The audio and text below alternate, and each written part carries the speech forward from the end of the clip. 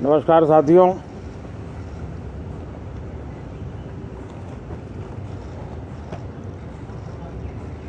ठंड शायद विलंब से चल रही है और बहुत धीमी गति से ठंड आ रही है, लेकिन राजनीतिक गर्मी बड़ी तेजी से बढ़ रही है।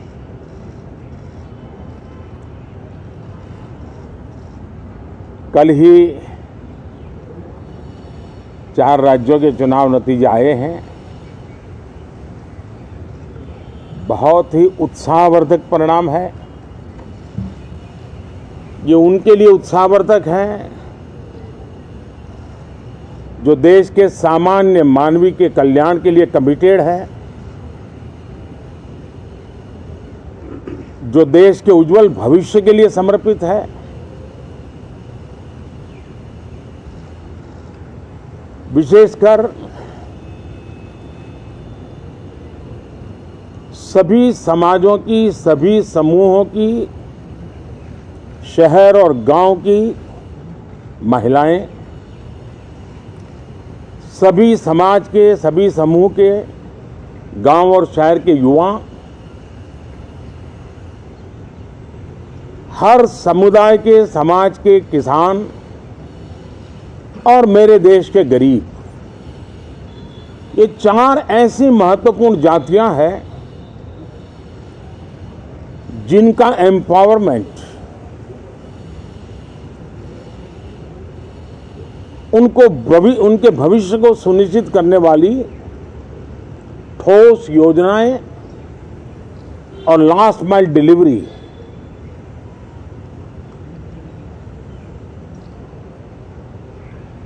इन उसूलों को लेकर के जो चलते हैं उन्हें भरपूर समर्थन मिलता है। और जब गुड गवर्नेंस होता है, पूर्णतया जनहित के लिए समर्पण होता है, तो एंटी इनकम्बेंसी ये शब्द इरेलेवेंट हो जाता है। और हम लगातार ये देख रहे हैं, कोई इसको प्रो इनकम्बेंसी कहे, कोई इसे गुड गवर्नेंस कहे, कोई इसे ट्रांसपेरेंसी कहे, कोई उसे राष्ट्रहित की, जनहित की ठोस योजनाएं कहें, लेकिन ये लगातार अनुभव आ रहा है।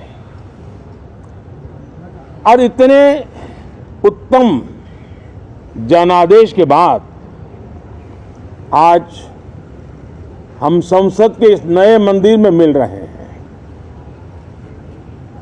इस संसद भवन के नए परिसर का उद्घाटन हुआ, तब तो एक छोटा सा सत्र था, ऐतिहासिक निर्णय हुआ था, लेकिन इस बार लंबे समय तक इस सदन में कार्य करने का अवसर मिलेगा।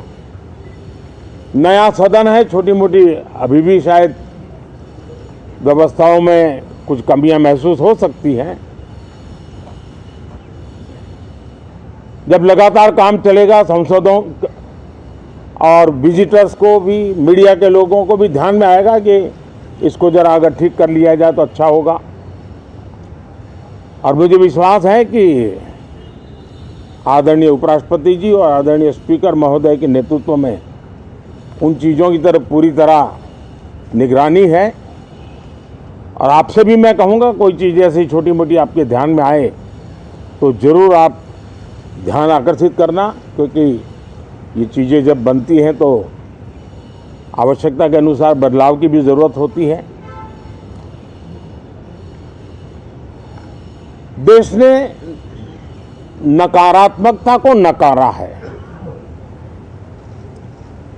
मैं लगातार सत्र के प्रारंभ में विपक्ष के साथियों के साथ हमारा विचार विमर्श होता है, हमारी मेन टीम उनसे चर्चा करती है। मिलकर के भी सबके सहयोग के लिए हम हमेशा प्रार्थना करते हैं, आग्रह करते हैं। इस बार भी इस प्रकार की सारी प्रक्रियाएं कर ली गई हैं और आपके माध्यम से भी मैं सार्वजनिक रूप से हमेशा हमारे सभी सांसदों से आग्रह करता हूं,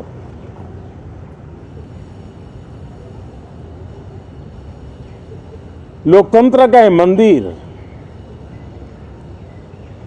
जन आकांक्षाओं के लिए,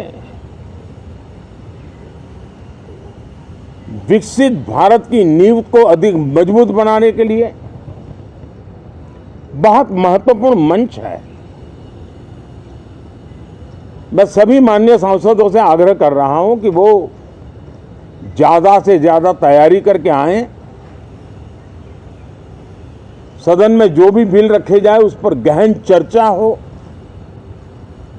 उत्तम से उत्तम सुझाव आए और उन सुझावों के द्वारा, क्योंकि जब एक सांसद सुझाव देता है तो जमीनी अनुभव का उसमें बहुत ही उत्तम तत्व होता है, लेकिन अगर चर्चा ही नहीं होती है तो देश उससे मिस करता है उन चीजों को। और इसलिए मैं फिर से आग्रह करता हूं, और अगर मैं वर्तमान चुनाव नतीजों के आधार पर कहूं तो जो विपक्ष में बैठे हुए साथी हैं, ये उनके लिए गोल्डन अपॉर्चुनिटी है। इस सत्र में पराजय का गुस्सा निकालने की योजना बनाने के बजाय इस पराजय में से सीख करके पिछले 9 साल से चलाई गई नकारात्मकता की प्रवृत्ति को छोड़ करके इस सत्र में अगर सकारात्मकता के साथ आगे बढ़ेंगे तो देश उनके तरफ देखने का दृष्टिकोण बदलेगा, उनके लिए एक नया द्वार खुल सकता है। और वो विपक्ष में है तो भी उनको एक अच्छी एडवाइस दे रहा हूं कि आइए सकारात्मक विचार लेकर के आइए। अगर हम 10 कदम चलते तो आप 12 कदम करके फैसला लेकर के आइए। हर किसी का भविष्य उज्जवल है, निराश होने की जरूरत नहीं है, लेकिन कृपा करके बाहर के पराजय का गुस्सा सदन में मत उतारना। हताशा निराशा होगी, आपके साथियों को आपका दम दिखाने के लिए कुछ न कुछ करना भी पड़ेगा, लेकिन कम से कम लोकतंत्र के इस मंदिर को वो मंच मत बनाइए।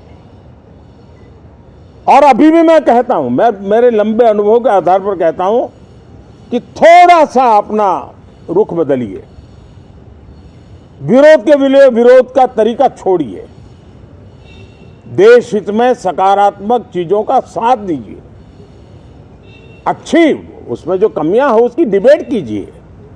आप देखिए देश के मन में आज जो ऐसी कुछ बातों पर नफरत पैदा हो रही है, हो सकता है वो मोहब्बत में बदल जाए, तो मौका है, ये मौका जाने मत दीजिए। और इसलिए हर बार मैं करबद्ध प्रार्थना करता रहा हूं कि सदन में सहयोग दीजिए।